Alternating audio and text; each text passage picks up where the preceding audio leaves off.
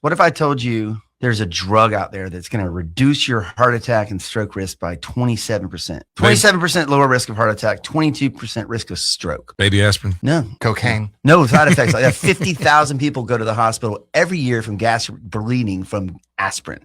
Baby aspirin is not supposed to be taken prophylactically. Wow. You need to talk to your doctor about that. That is not for everyone, only if you've had a cardiac problem. That is old news, and that is old fallacy. So yeah, there's risk to something like that. This doesn't have an extreme risk, like a high risk pharmacological, petrochemical, toxic intervention like aspirin. So it's aspirin? So it's better than that. No, 22%, 27% risk of heart attack, 22% less of stroke. Yep. What if this drug also gave you a 2.4 times less likelihood to develop Alzheimer's? Less likelihood? Yeah, to 2.4 times. I'm beginning to think this is not a drug at all. Well, if you had this drug, you'd be getting Nobel Prizes. It'd be worth trillions of dollars. Sure. It'd be marketed like crazy. Is it made from snozberries? Snozberries. Better DNA repair, slower aging. So what if I also told you this drug gave you better physical function? 13 to 14% lower risk of physical decline with walking speed and grip strength. You're just not going to age as much. So I'd say take my money. Oh, I got it. Botox. Oh yeah, that makes you Botox. That does not make you age. Yeah. Did you get it? You have no. I haven't gotten it anymore. yet. I haven't gotten it yet. So is it Botox? No. Oh, it's not Botox, Jason. Okay. So I don't know. Not Botox. I got no clue. There's not a drug that does that. Right. 2.24% survival. You're going to be better. 27% heart attack reduction. 22% stroke reduction. You know what it is? It's having a purpose in your life. There you go. Radical. Like just changing your mind gives you those incredible results. And just think about it.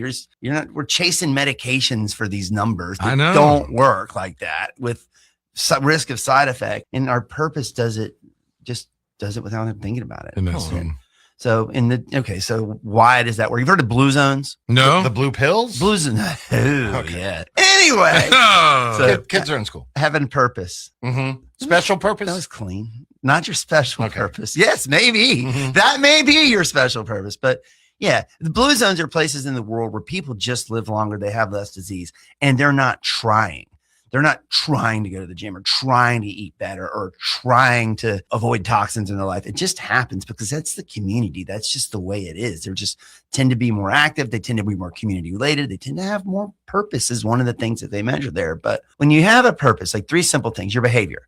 People with purpose take better care of themselves. You have a reason to take care of yourself. Okay. For me, I was 36, 7 years old, and we went sledding in Cleveland. If you're from Florida, like I am, let me explain sledding. Okay. Well, explain sledding in Cuyahoga County. They have this beautiful park. It's just for sledding. Okay. And you have to climb stairs up a hill that are all irregular. They've got snow on them. Meanwhile, I've got my autistic kids that can't just wait to ride this thing. So you go up the hill and you get, a football field wide and 2 football fields long, and you slide down this hill on the sled, but it's not smooth. There's moguls, and you just figure out where you're going to land, and you smash and crash on your bottom in this thing until you wad up at the end and crash brutally. Jeez. And then you climb the hill again. Okay. Go climb stairs 40 times a day. But then fall down 40 times a day. And it's cold. And you got an autistic kid. And one time my wife literally got out there with the camera, and I'm like, clearly she's going to move. Clearly she's going to. This is the old camera before the phone. And man, there was cameras before phone? Oh yeah, it's digital. A little stick in it. I hit her so hard it looked like an NFL football field. It was so I'm crippled from this. My leg, forget about the crashing, just climbing stairs 40 times like that. He was at the chalet. It was awful. Toboggan shoot. I was overweight, out of shape, and I realized, okay, this kid's going to be with me a while. I've got to be there for him. This is not going to look good at 50. This is not going to look good at 60. Who's going to be there for him if not me? And that's why I started getting in shape, because that was it. I had to be there for him. He needed me, and we've done all kind of. That was your purpose. That was my purpose. I had to be in shape for that. It changed my behavior. Why do you want to be in shape? You look better in your jeans. Okay, good. Okay, fine. Good byproduct. Well, do you want to look better in your jeans for your partner? Do you want to then have better gene expression that you could be healthier? How are you spelling gene? Genes. Then there's gene, G. I don't know how to spell GENE. Blue gene baby. Now you want to be healthy because you want to pass your faith on to your grandkids. That's right. Now we're getting bigger and bigger and bigger. The bigger your purpose, the more behavior change it is. And it's easier. I don't think about fitness. I love fitness, and I love going to do it because I know of the purpose behind it, though. Can you teach us how to love fitness, Dr. Yeah, No, it sure can. You got to just do it because habits form in 20 days. Mm-hmm, they do. And so if you just get out there and just get it done and just struggle through those first few times. You don't have to go do CrossFit where you just get crushed every time, which is fun. I love that. Too. When you have a better purpose, the reason it works, stress, purpose organizes chaos. Anytime you're going through something, you realize there's a purpose behind it. It makes it easier to go through. It changes your biology. It literally changes your immune system and aging process. Your purpose isn't mental. It's biochemical what it does to your body. It reduces that because you're going through it. There's a purpose to it. Okay, this is hard to climb the hill. Well, my kid wants to go down the hill. It's going to be fun. I can't let him down. So, biochemically, it changes it when you have stress in your life, and you had 5 times. I heard something about stress yesterday. Gary and Eric on Red Eye Radio, they're talking about it. And he learned a long time ago to not fight battles, to not fight wars that have battles that you don't need to be in. Right. And that you're not going to win, and it's just going to cause you a great deal of stress. It's the old term, don't sweat the small stuff. Don't even worry about the small stuff sometimes. And if the small stuff doesn't concern you and there's nothing you can do to change it, of course, don't worry about it. Absolutely. Jason has a way to, when I send our thing at night, just pulling up a Bible verse, and you put up Romans 8:28. Yeah, I thought somebody was in the hospital when I woke up this morning or something terrible had happened. I have all these text messages, and it's just y'all rattling off verses. Well, that verse just keeps coming up a lot. Well, John 3:16? No, Romans 8:28. Oh, God. I keep seeing it. And then we talk about his purpose, and it ties in perfect to this, that there is physiology behind the way God works. And we know that in all things God works, and for the good of those who love him, for those who have been called according to his purpose. You probably could have done that better. Yeah. But anyway, the verse doesn't say everything is good. It says God can use everything, even pain, loss, and setbacks. So all things, that includes the hard stuff, the loss, illness, uncertainty, they work for good. It's not always immediate, but it's over time. And then according to his purpose, there's a bigger story unfolding. You get God in your purpose, and you're healthier and you have reason. And so that verse, that signifies that God actively orchestrates both positive and negative life circumstances. That's it. You may not know, but it's all going to work out. Hey, my experience is, guess what? So far, my life, it's all worked out. Absolutely. Even when you're going through the worst stuff. And even when you think it's not working out, well, there's other things at stake here. Yeah. There's other things happening. There's going to be some practical stuff. Just takes one small action, like that one thing you can do today that moves you forward toward whatever that is. It doesn't have to be big, doesn't have to be perfect. Your fitness can be stand up, sit down, done. Okay. Do you enjoy standing up? Not really. Well, should I? What if you couldn't? I've not taken for granted. Appreciation for it. Your purpose. Damn. Your fitness, your purpose doesn't have to be ripped or fit, but it should be when I'm 80 to be able to get up off the toilet. Righto. Dang. Look at Bill Eichhofer just walking in like we're not doing a live radio show. Look at Bill. Dr. James Ryan Fenn, go to FENNCH. Make your appointment today. All right, so we're talking about purpose. Purpose, not the mammals that live in the ocean. No, not the porpoise. No, and not a special purpose. But once again, 2.24% less likelihood of dying, 13% less physical decline, 2.4 times less likely to have Alzheimer's. That's nuts. Man. Just by having a purpose. So look, try to identify with 3 of these. These are ways to maybe identify your purpose. What's important to you, right?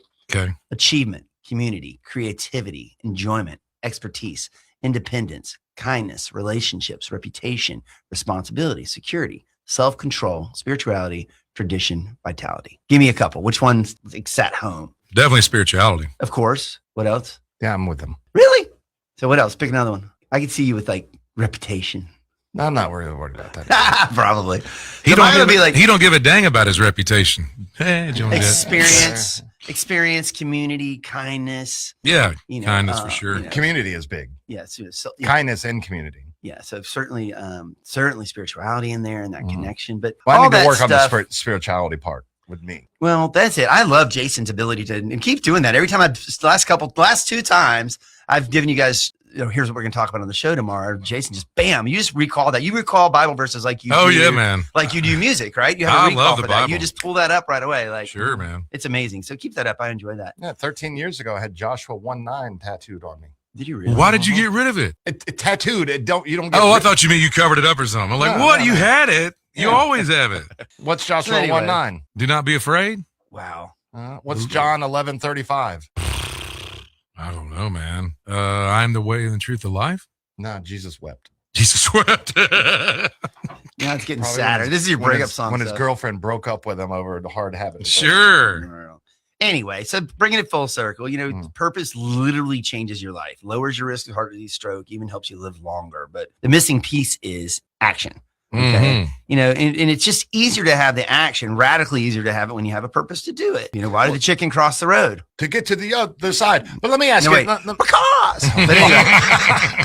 let me ask you something on this, because this is kind of, I know we've been joking around and stuff. What if you think your purpose is to just be angry all the time and to go out there and just be negative everywhere, that you think that's your purpose? Is that where maybe you need to rethink? I mean, well, listen, that's going to be the absolute opposite effect. And I'm not saying light is 10 times more powerful than darkness. And if you're literally trying to just your purpose, you think is to screw people up, and you're that angry, you just wake up and you jump on social media and just start getting angry, or just get up in the mornings and start just spewing out just angry stuff. You know what? There's a reason to fight sometimes. I mean, if there's tyrants coming down after you and you have to fight that, you have to take some action. But it's just like your neighbor is out walking her dog and you're mad about that. Just every little thing's getting under your skin. I can get like that sometimes too. Like I was, you see some dude on some old dude on a bike. I'm like, look at that old guy. He's not ripping on his mountain bike and jumping stuff. Like he's not radical. That's not what I'm seeing. I see, wow, that dude's on his bike. I want to be that guy when I'm old. He's got that e-bike. Wow, all the old people got him now. It's great. And you realize there's packs of them. I love seeing that. You're like, but I want to be like him when I get old. And you realize, oh yeah, that guy graduated behind me. Yeah, he's not cool enough, right? And there's that too. But yeah, if you have security issues and you have to be, security is one of your core purposes to have security, and there's somebody coming after you, yeah, you need to fight, but fighting for no reason. It's taking you backwards. That ugliness in your heart that needs to be released, and that causes cancer. It's just the opposite of this. So when having a purpose and it's just and it's real, as opposed to my purpose is to political stuff on both sides out of that theater.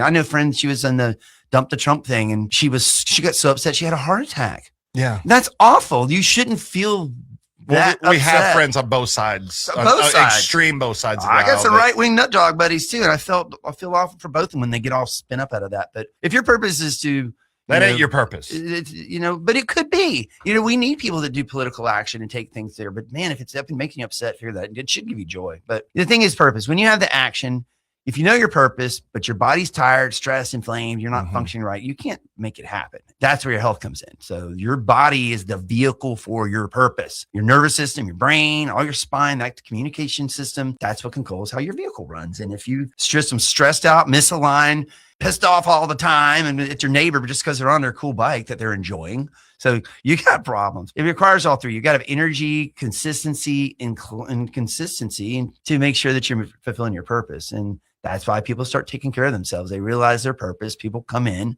I always ask in the first part of the exam, okay, what are your goals here? Well, I want to have less back pain. Okay, great. What's that going to do for you? Well, I'm going to be able to stand up and do more. I'm going to be able to play softball with my kid or whatever it is. But start showing up better dad, better business owner, better spouse, better friend. Do it. Do it. You have purpose. Do it, because your chiropractor loves you. Nothing you can do about it. FENNCHIRO.com.